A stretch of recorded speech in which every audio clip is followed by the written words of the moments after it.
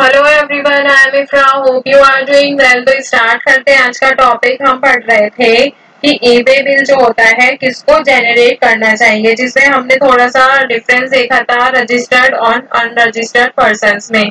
ठीक है, कि कौन सी सिचुएशन में किसको ई-वे बिल को जेनरेट करना चाहिए। टेली प्राइम में ये सब यूज होगा, इसीलिए इसका थ्योरेटिकल पता होना आपको बहुत ज्यादा इम्पोर्टेंट है। तो चलते हैं अपने थ्योरेटिकल नोट्स पर। तो यहाँ पे लिखा है who should generate an e-way bill. E-way bill किसको जेनरेट करना चाहिए। उसमें फर्स्ट पॉइंट हमने किया था रजिस्टर्ड पर्सन। ठीक है, ई-वे बिल जो होता है वो रजिस्टर्ड पर्सन को कंपल्सरी होता है जनरेट करना अगर उनका मूवमेंट ऑफ गुड्स कितना है 50,000 से ज्यादा है तो। ठीक है, आगे क्या कहा गया था, रजिस्टर्ड पर्सन या फिर ट्रांसपोर्टर जो होता है वो उसको जेनरेट या फिर कैरी कर सकता है अगर उसकी वैल्यू 50,000 से कम भी है तो भी वो जनरेट कर सकते हैं। फिर दूसरे पॉइंट में आपको बताया था अनरजिस्टर्ड पर्सन जो होते हैं उनको भी ई-वे बिल फिल करने की रिक्वायरमेंट होती है। ठीक है, जो सप्लाई मतलब मान लीजिए एक अनरजिस्टर्ड से रजिस्टर्ड पर्सन में क्या की जा रही है, सप्लाई की जा रही है अनरजिस्टर्ड से रजिस्टर्ड के पास। तो जो अनरजिस्टर्ड पर्सन के बिहाफ पर जो ई-वे बिल जेनरेट करेगा वो कौन जेनरेट करेगा, रजिस्टर्ड पर्सन, मतलब कि जो गुड्स को रिसीव करेगा, रिसीवर होगा, बायर होगा। ठीक है, तो आई होप इतना तो आपको क्लियर हो गया है। अभी थर्ड पॉइंट पे आते हैं। थर्ड पॉइंट मैंने आपको बताया था क्या होगा, ट्रांसपोर्टर।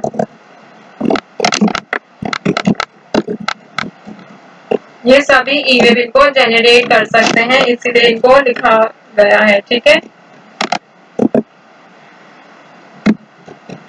तो ट्रांसपोर्टर क्या कहा गया है, ट्रांसपोर्टर कौन होता है, जो मूवमेंट ऑफ गुड्स मतलब कि जो वो गाड़ी ट्रांसपोर्ट गुड्स में गुड्स का जो ट्रांसपोर्ट होता है उनको ले जाता है, उसको क्या कहा जाता है, ट्रांसपोर्टर। तो यहाँ पे लिखते हैं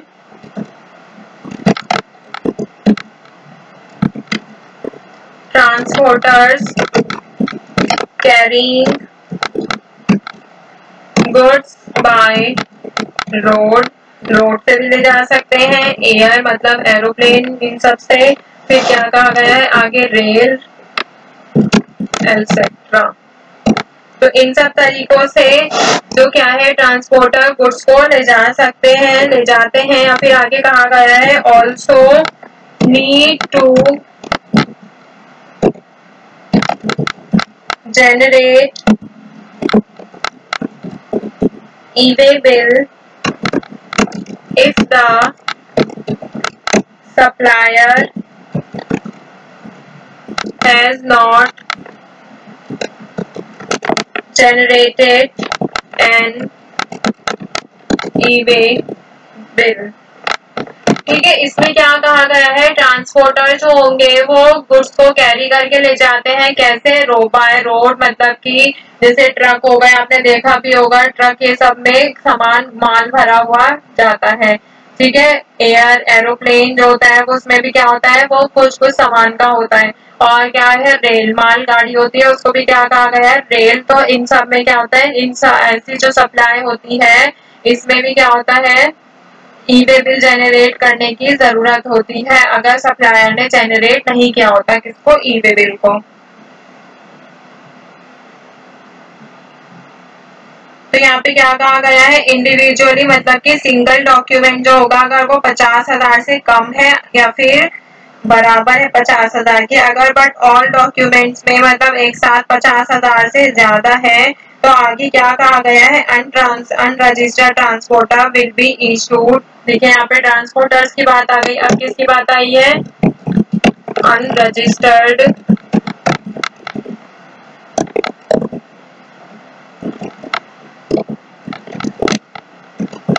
transporters.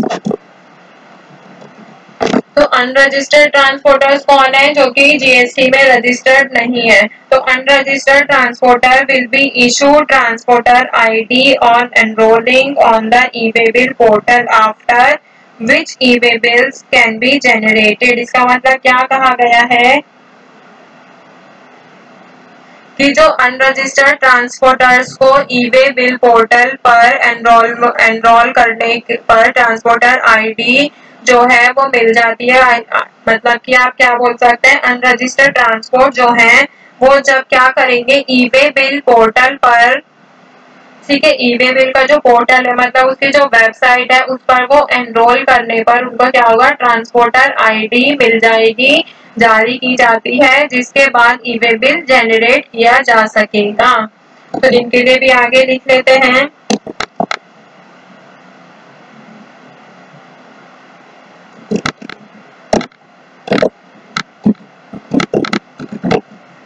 They will be issued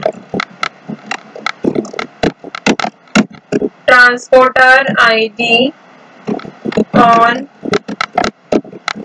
enrolling on the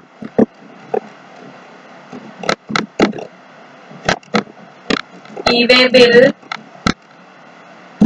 portal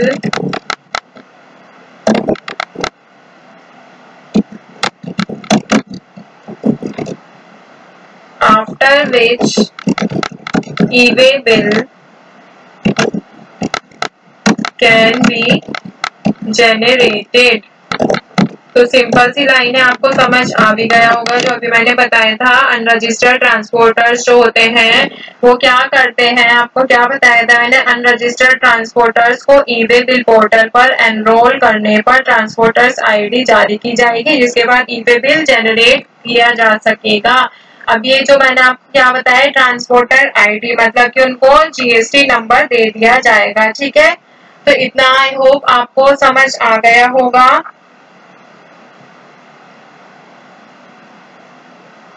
अभी आगे देखते हैं कुछ और पॉइंट्स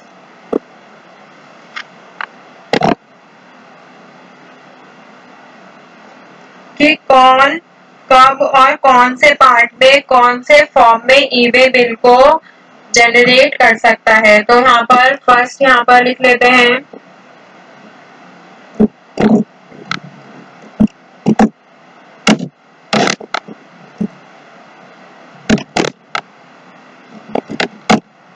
या फिर टेबल बना लेते हैं ना, टेबल से ज्यादा अच्छे से समझ आएगा।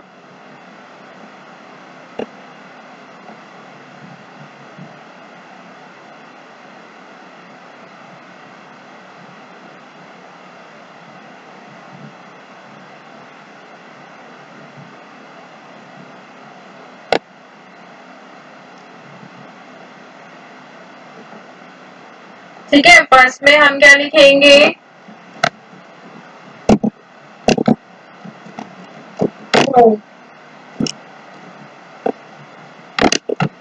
आगे लिखेंगे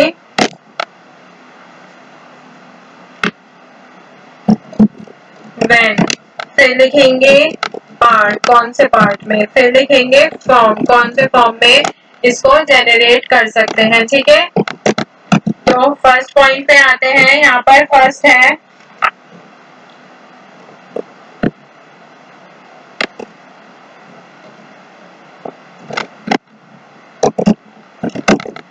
every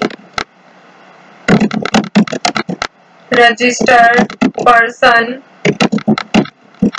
under GST। Registered person का मतलब क्या है कि वो जीएसटी में रजिस्टर्ड है। ठीक है, जो जीएसटी में रजिस्टर्ड है उसको यहाँ पर ईवे बिल जनरेट करना होगा कब, बिफोर, एक सेकेंड ये हटाते हैं,